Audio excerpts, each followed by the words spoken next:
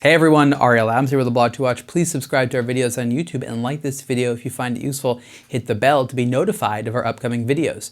This is a review of the Maurice de Mauriac L3 Chronograph. I have two versions here. We have the standard steel version with the black and white dial, and we have a DLC version with the red dial. And you can see how this is the same watch, but two different color variations alter it a lot. So I really want to focus mostly on the red dial, but I'll quickly show you the standard one. It is 40.5 millimeters wide. This is the same designer that created the Maurice de Mauriac L1, L2, and now L3. The L1 was time only, the L2 is a diver, and the L3 is the chronograph. There is coverage of each of them on aBlogtoWatch. And it is a very nicely done watch. It's minimalist, it's very sort of Speedmaster in theme, but everything about it is quite unique, and they did a nice job. So I'm going to focus on the red one, but I just wanted to show you the standard one here. Okay. A couple of years ago, I reviewed a Maurice de Mauriac watch that had a colored crystal, and ever since then I was completely enamored with the theme. It looks red, but it's actually sort of a bluish in some light. You can see how, depending on how the light reflects on it, it's sort of a mysterious color. It's definitely mostly red, but I think that it's actually a violet color. I don't really understand the effect, but it looks really, really cool. And I had one that had sort of a bluish look to it that was a little bit different rendering on it. This is sort of the first red one. And what's cool about it is that the dial is the standard white dial, black and white dial, but it's tinted by the crystal, which is a very different sort of look than if the watch itself or the hands are a different color. So it's a very unique experience there. And one of the coolest things about it is seeing the watch from the side and seeing how the crystal is tinted like that.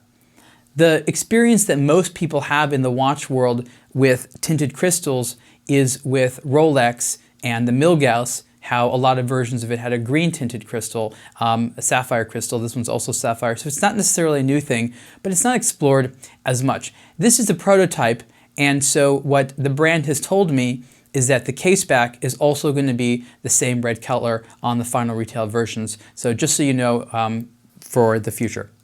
So let's put the watch on. Again, 40.5 millimeters wide. It's very, very comfortable.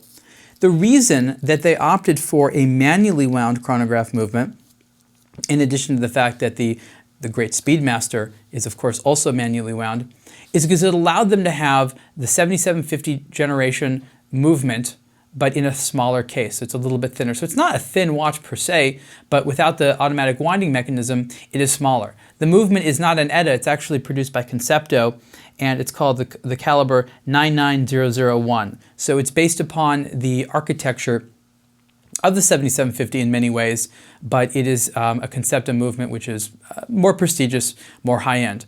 The case is not quite black, it's sort of a gunmetal color, again in DLC coating, so it's very highly scratch resistant, and again, it's very minimalist. I do like the fact that the crystal is higher than the case, so you have sort of what they call a box crystal look, which is a little bit retro, but also makes the dial feel as large as possible. So again, even though this is 40.5 millimeters wide, it definitely wears like a larger watch, given the fact that there doesn't seem to be a bezel, which is quite nice. Attractive black leather strap. Maurice de Mauriac always has fantastic straps. You go into their Zurich showroom and it is like a playground full of straps for your watches. Overall, I think that they did a very attractive job giving a tool watch look with a heightened sense of fashionability. I fully expect that after this watch is out and becomes popularized, you're going to see more colored crystals coming out on the market. It's inevitable. It just looks too cool, and the industry is too interested in new trends and colors and styles and things like that. So mark my word, there will be more of them. Actually, interestingly enough, that reminds me that a couple of years ago, it was quite popular to have colored crystals. And it was actually Diesel within the Fossil group, Diesel watches, that use colored crystals a lot on less expensive watches. So I think what may have happened actually is the luxury industry said, oh, maybe that doesn't look luxurious enough. But you know what? I think they need to revisit the colored crystal, because the effect in a watch like this with red, as well as a number of other colors, is going to be, I think, just too appealing to consumers.